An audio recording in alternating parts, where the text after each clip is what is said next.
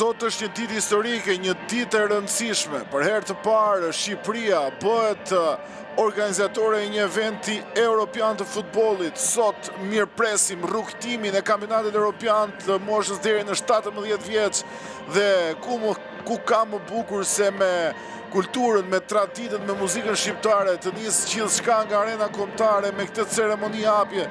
Ju përshëndes miq, mirë se vini në Euro 2025 under 17 UEFA I beson Shqipërisë një ngjarje të futbollit europian dhe emocionet e këtij prezantimi të qyteteve tona.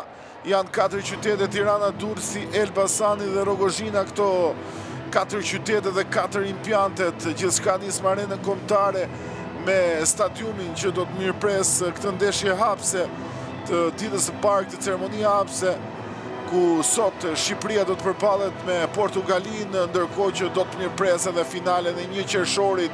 Një rrugtim historik, një rrugtim ku edhe Shqipëria hyn në hartën e vendeve të cilat kanë arritur të organizojnë një ngjarje kaq të rëndësishme të futbollit europian, një ngjarje pikërisht për grup moshat dhe emocionet vijojnë me organizimin e kësaj ceremonie hapse drejt për drejt nga arena kombëtare. Ekskluzivisht në rrjetin e radio televizionit shqiptare, emocionet e kësaj ngjarje sportive do të shoqërohen në të 4 stadiume, në të gjitha sfidat, në të gjitha duelet deri në përfundim, aty ku do të shohim edhe finalen e madhe. Janë pikërisht flamujt të cilët vinë janë bluzat e 4 ekipeve të njërit grup dhe 4 ekipeve të grupit tjetër. Do t'jemi në grupin A me skuadrën tonë, Shqipëria si fond organizator, Italia, Gjermania, Franca, Portugalia, Çekia, Belgjika dhe Anglia.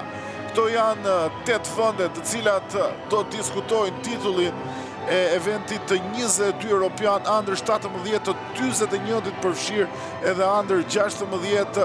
Shojmë prezantimin. Italia vjen si kampione në fuqi, ndërkohë me një potencë në krahun tjetër vjen në skuadra e Portugalisë. Portugezët të cilët kanë arritur në historinë e tyre të jenë plot 6 herë fitues, duke nisur nga 1989 për herë të parë dhe për të fijuar deri në vitin 2016 ku kanë fituar Europianin e tyre të fundit.